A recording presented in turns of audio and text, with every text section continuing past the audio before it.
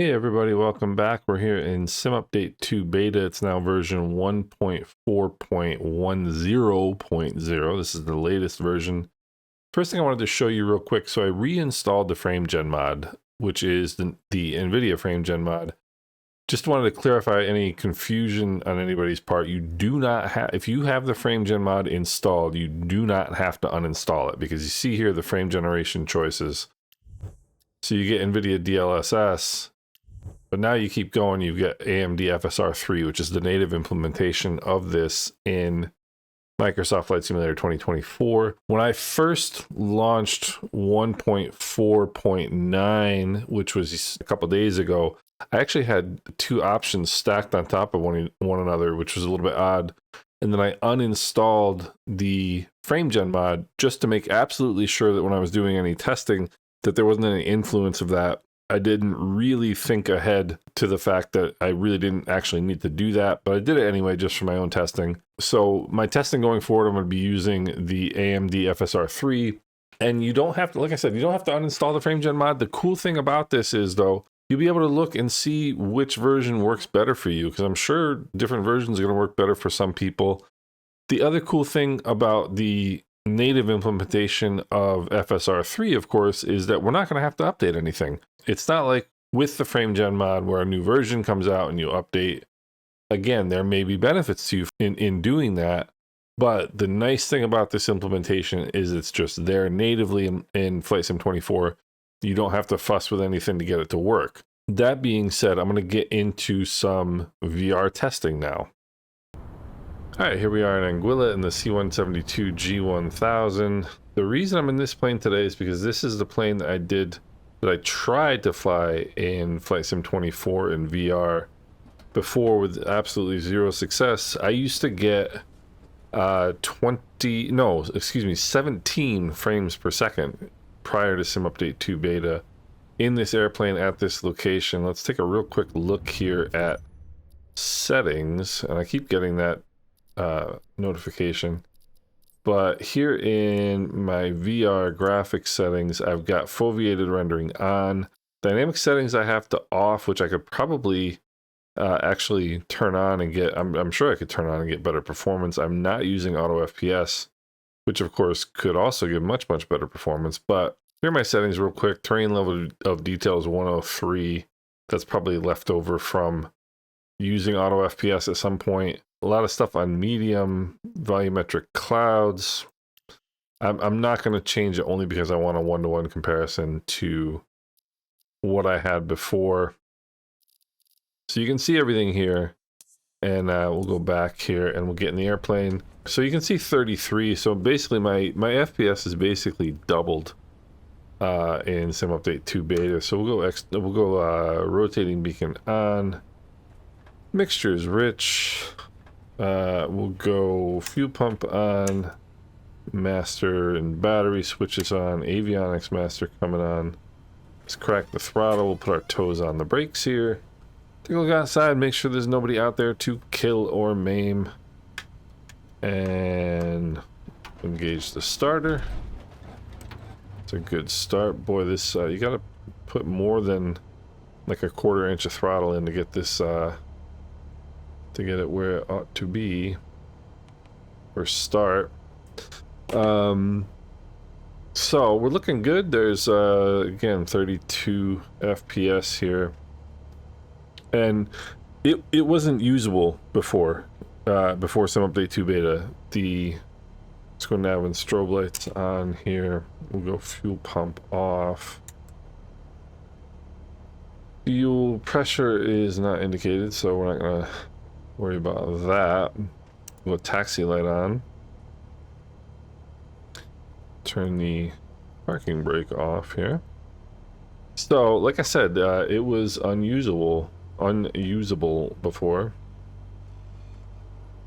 Test the brakes. Brakes are working. Always test your brakes as soon as you get moving in any aircraft that you fly, because if your brakes aren't working, you want to know about it. So like I said, this is a Payware Airport, Clayton J. Lloyd International Airport on Anguilla. We're going to head over to Princess Juliana Airport in St. Martin, which is a payware airport as well, but a lot more complicated a payware airport. So it should give us a bit more of a test here. We'll go landing light on, taxi light off. Set the flaps for takeoff here. We'll go fuel pump on. I don't know. I'm kind of curious that the 172 G1000 has a fuel pump, because generally high-wing aircraft are gravity fed with the fuel. So mixture rich, fuel pump is on, flaps are set. What is not set is my altimeter, which is pathetic. Normally I would not take off from this location in this airplane, simply because I would want a bit more runway. But and the control sensitivities are too sensitive. Getting some good wind shear here too today.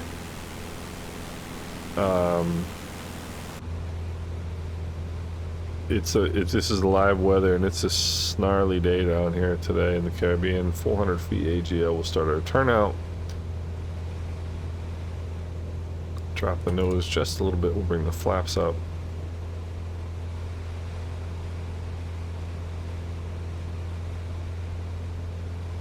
So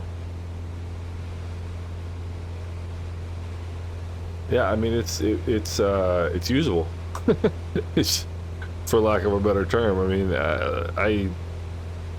I'll tell you this story. I'll tell you the backstory. So I got the Pimax crystal light in maybe early January. Might even have been a little earlier than that. Might have been Christmas time. And I have both sims. I run both sims. And at that time,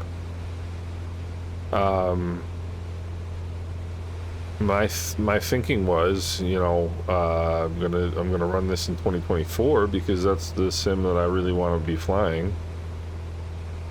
And you know, those of you who are into to VR, you guys know it takes some effort, it takes some time to get VR set up correctly and get some good performance out of it. It's not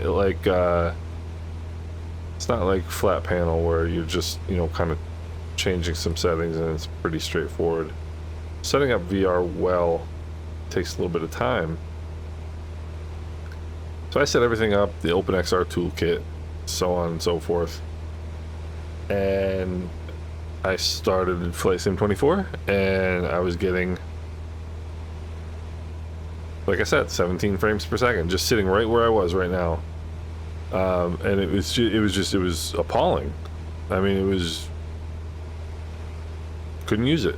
And it never occurred to me, you know, kind of as a VR noob, never really occurred to me that it was 2024 that was the problem. And I spent hours and I got frustrated. I put the thing in the closet, literally, like physically disconnected it at one point, and I said, I'm done. This is ridiculous to spend this much time trying to get performance out of this thing. Spoke to the good folks at Pimax. They sent me, they advised me to try 2020. I tried 2020. I was getting, you know, 50 plus FPS in the same location. I mean, it was like, okay, now I get it. Now I understand what was wrong. What was wrong was Flight Sim 24. It just wasn't any good for VR, which is a real shame, because it's much better as a sim, much better in terms of flight dynamics, the visuals, the water. This water looks so real. It's hard to even describe. I mean, this is exactly what Caribbean water looks like. It really is. But beyond that, I mean, just the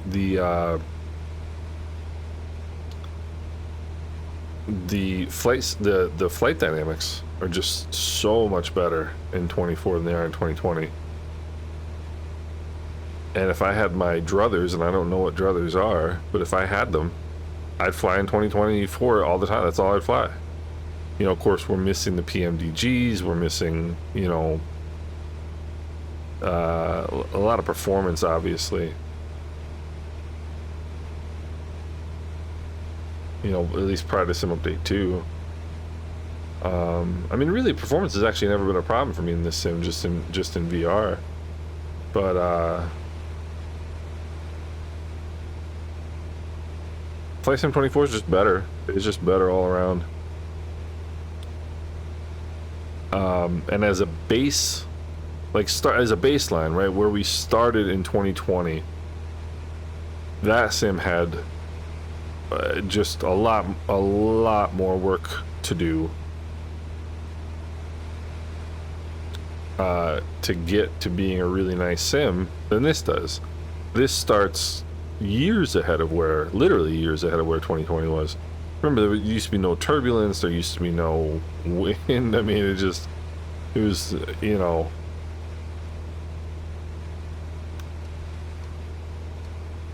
it's a lot different in 2020. And this sim is just awesome. It just needs some refinement, you know. So the foveated rendering, you can tell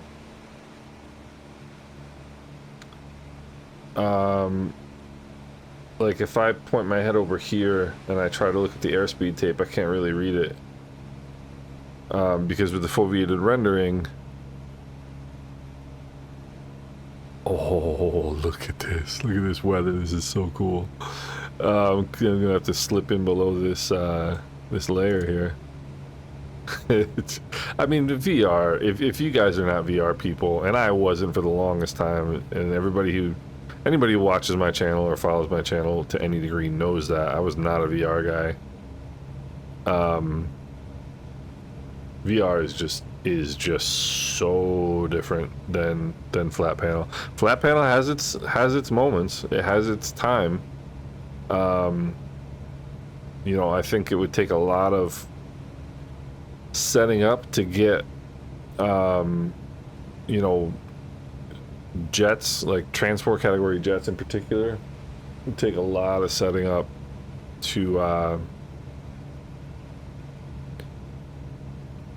or a lot of looking around and clicking, I guess, is the other alternative. But anyway, foveated rendering, when you look directly at something, it comes into perfect view, perfect resolution. But if you're looking, like right now I'm looking at the airspeed tape, and if I look over to the engine RPM, it's a little fuzzy, more than a little fuzzy. You got to look at it to see it really.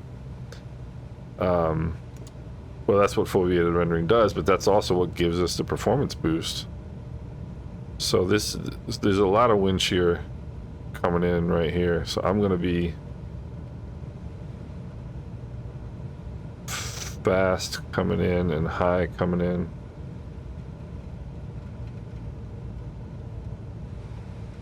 I mean, it's oh, see that drop right there. Ooh. And it gives you the sense of it in VR. I mean, it gives you the sense of it. I'm gonna have to wrestle this thing down. All right, few pumps on, flaps are set. You be careful with that airspeed. I want more power because that I'd rather be 10 knots too fast than 10 knots too slow. But look at that wind shear. You can see the airspeed just jumping up and down. Very comfortable right here, but I just concerned about that airspeed. A little bit of a performance enhancing gust right there. That's what happened in Toronto. Whoa, whoa, whoa, whoa, whoa, whoa, whoa, whoa. And my control settings are too twitchy.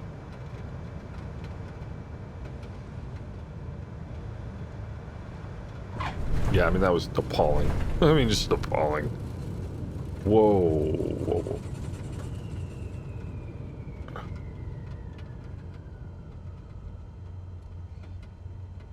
So, I mean, it's,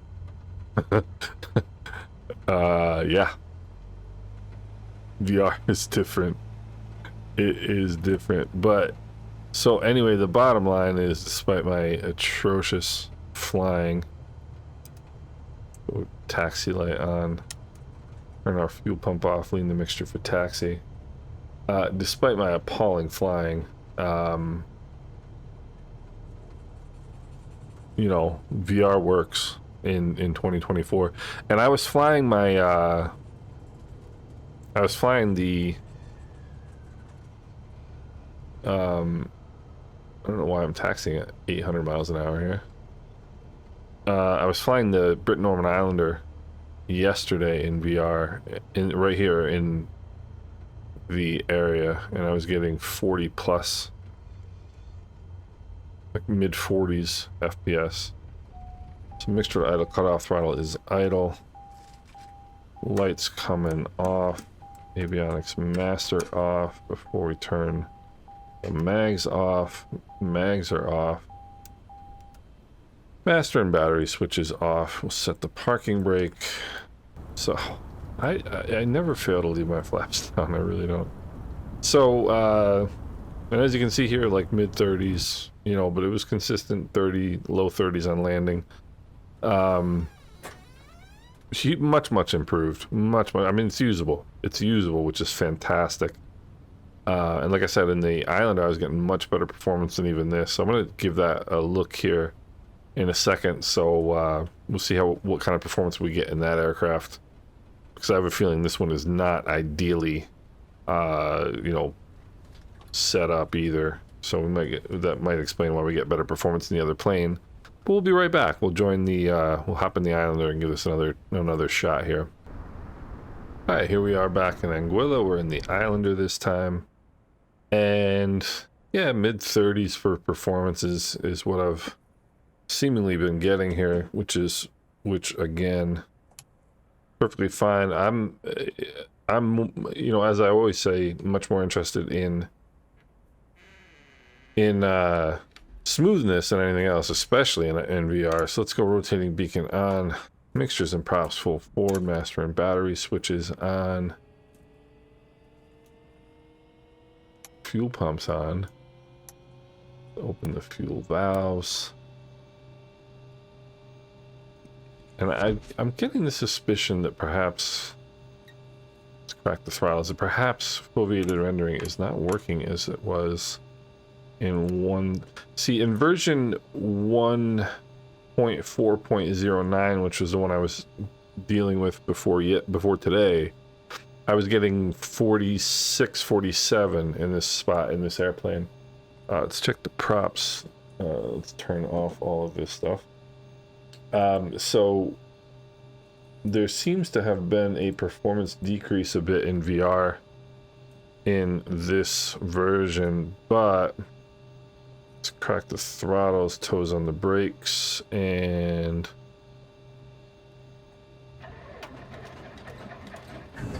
good start in the right engine. Left prop is clear.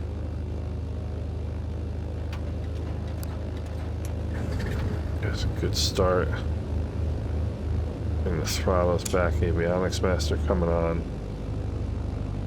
Lean in the mixtures for taxi nav and strobe lights coming on.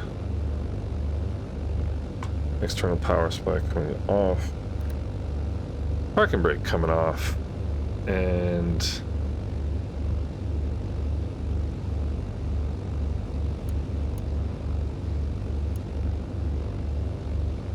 so let's just double check here real quick.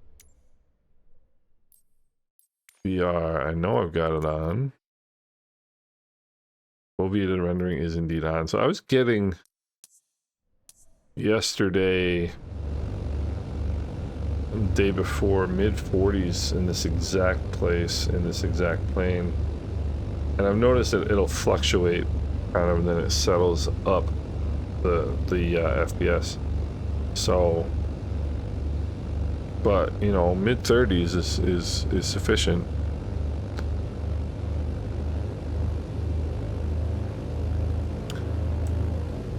Tap the brakes. Brakes are working.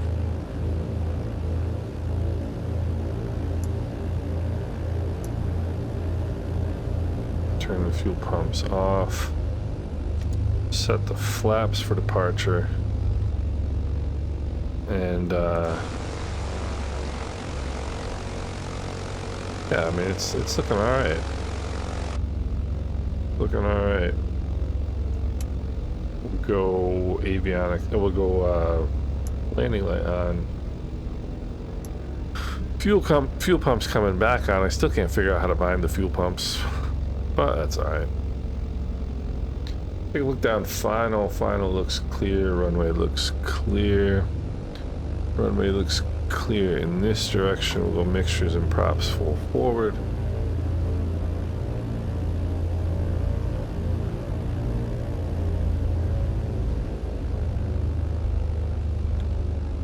Alright, heading indicator checks with the runway number. Takeoff power is coming in.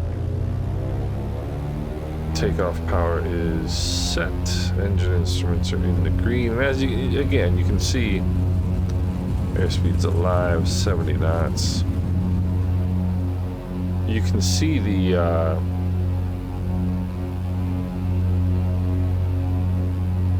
foveated rendering a little bit.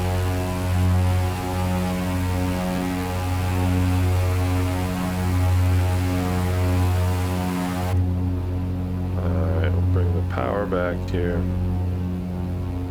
Bring the props back a little bit. Bring the flaps up.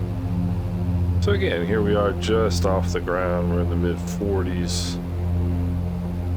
Which, I mean, to me is perfectly fine. And it's more than perfectly fine.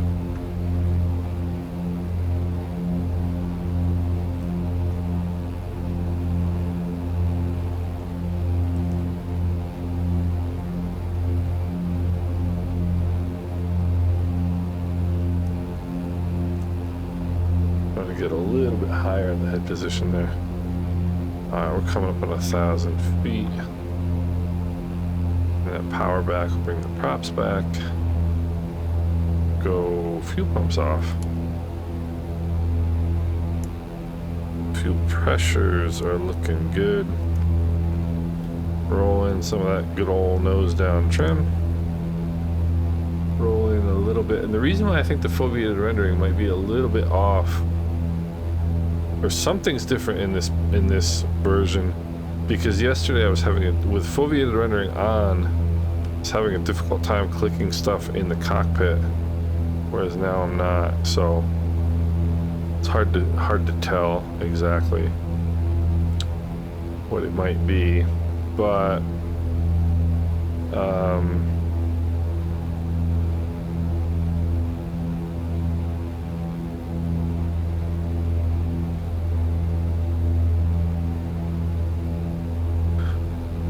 but I was definitely getting a little bit better performance yesterday in the previous beta version.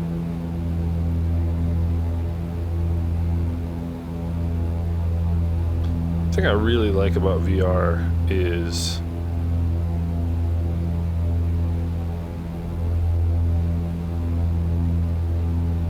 just the fine control of the airplane that you have. I find that I spend a lot more time looking at instruments for aircraft control in 2D than I do in VR.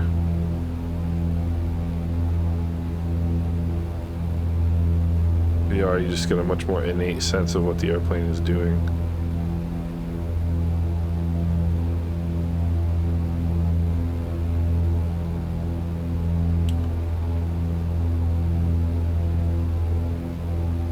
Water just looks so amazing, which we're about to find out if I keep descending at that rate. So, you know, if anything, a bit of a drop off in VR performance between 1.4.9 and 1.4.10. But nonetheless, it's usable. It's perfectly usable. I think usable is an understatement. It works very nicely.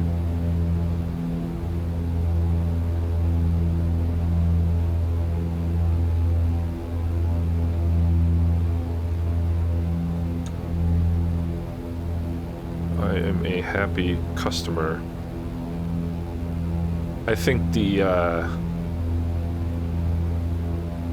I went on record yesterday and said, I also think 2D performance has changed since yesterday too, but I went on record yesterday saying I think these performance updates in Sim Update 2 are going to be revolutionary, and I truly believe that. I mean, what, you know, like I mentioned in one of the two previous videos, come back to 17 on the manifold pressure, 2100 on the props, go fuel pumps on.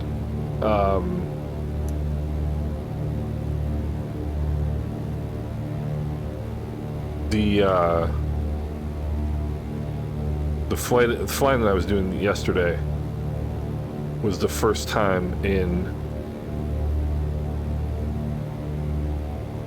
either sim where I was CPU limited, and that to me is quite something.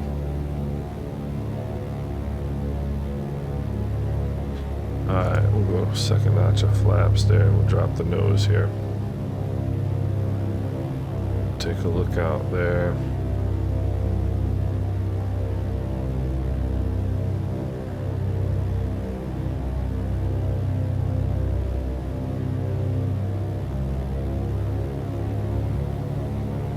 Yeah, we're gonna need a little bit more energy in this equation here.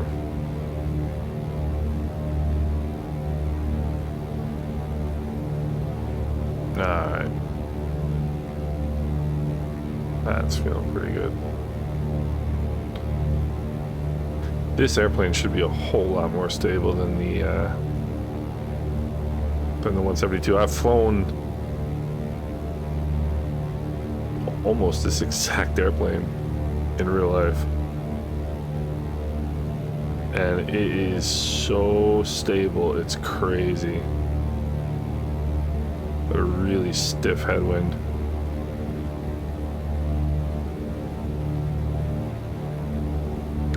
And it's kind of cool the feel you get.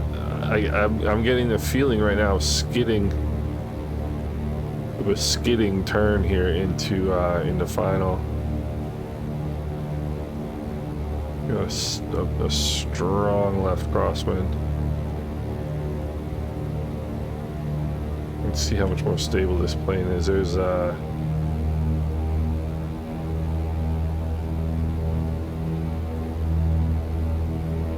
props full forward, mixtures of props full forward, fuel pumps around, flaps are set. Seat belts are secure. Pre-landing checklist is complete. Get a look at that. It looks like a pretty straight on headwind. Now it feels like a little bit out of the right. I just think it's gusty and strong. Let's see if we can make a little bit better job of it here. That the 172 is just, it's a stock plane. It doesn't have the greatest aerodynamics in the world. Couple that with my flying skills and got trouble. Look at this. I mean, this is slightly different, right? Oh. Yeah, that was a bit of a plopper too. But certainly was better than the 172 landing. But again, performance-wise, no issues at all. And for for those of you who are going to point out that I'm in flying over water and not in the most complex airspace, not in the most complex airports, not in the most complex aircraft, I know. There's a lot of reason for that, actually. One of the things that I love about flying in the Caribbean is exactly this. You get fantastic. It's fun flying. There's a lot of interesting flying to do down here, and it doesn't tax the daylights out of your system. You know, I mean, I get wanting to fly into JFK in the 737. I get it. I understand. Not really my jam, but you know, I understand why people want to do it.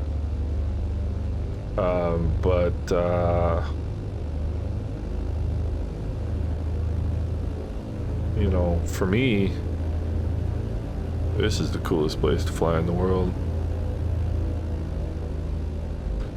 And I was mentioning in a comment that I replied to somebody yesterday that the key to performance, and I don't know if this is performance testing, so to speak, whatever you want to call it, you know.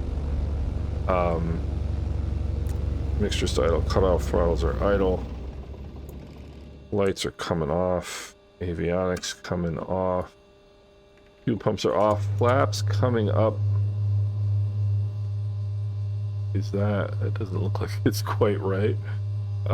Flaps coming up, mags off, master and battery switches off. We'll throw on the chocks and the boarding steps, and we'll open the doors. So I don't know if I would call this performance testing, quote unquote, whatever. It's you know, look at that parking job, ladies and gentlemen. That is quality right there.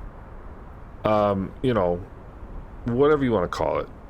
The most important thing about testing performance in the sim, and when I'm talking about testing performance, I can turn that FPS number off. I don't care what it says. What I'm interested in is whether the flight is smooth, and that flight was smooth. So was the last one. That's what, you know, that's what interests me. But in terms of performance testing, the biggest, I guess, the biggest factor is just being consistent in where you do it and what you do it in. And I do all of my performance testing right here in this airplane in both sims. So these same airports, these same sceneries, this same aircraft. And that's how you can tell whether you're getting consistent performance, better performance, worse performance. It's all relative.